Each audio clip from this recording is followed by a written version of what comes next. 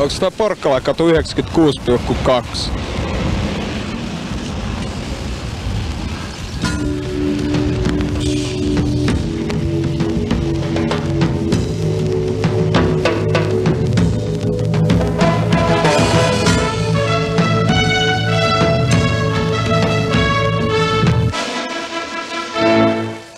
Radio City, Radio City, Radio City.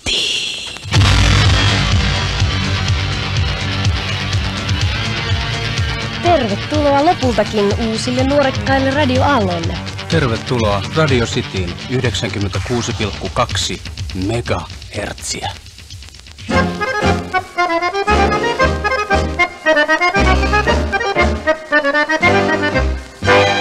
Kun taasen kevät saa, murtunut on valta lumen jään.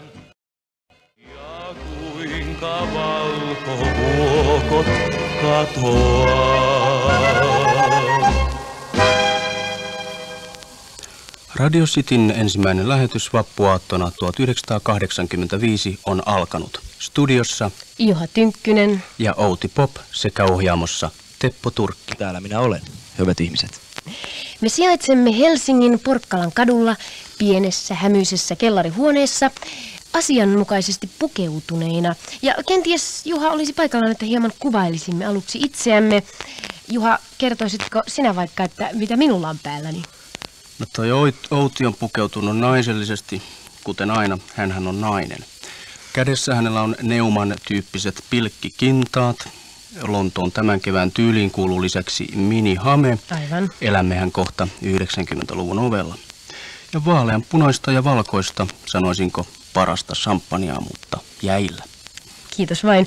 Juha puolestaan on asiallinen kuten aina. Isoisän aikuiset valkoraitaiset housut, rusetti vinossa tietenkin ja rusetissa on muuten fläkki. Ja kalvosinnapeissa kaupungin punaisimmat rubiinit, kaupungin halutuimmat kalvosinnapit. Suoraan Tillanderilta. Ja tietenkin frakki. Partavesi lienee parhainta ranskalaista. Suoraan Diorilta. Mutta teitä, hyvät Radio Cityn ystävät, ei pätkääkään kiinnosta, onko meillä kledjuja ollenkaan, sillä viime kädessä kysymyksessähän on vain radio. Mutta Radio City, jonka reporterit ajavat koko vappuaaton ja päivän mustilla limusiineilla, juoden kuohuviiniä ja etsien Helsingin henkeä.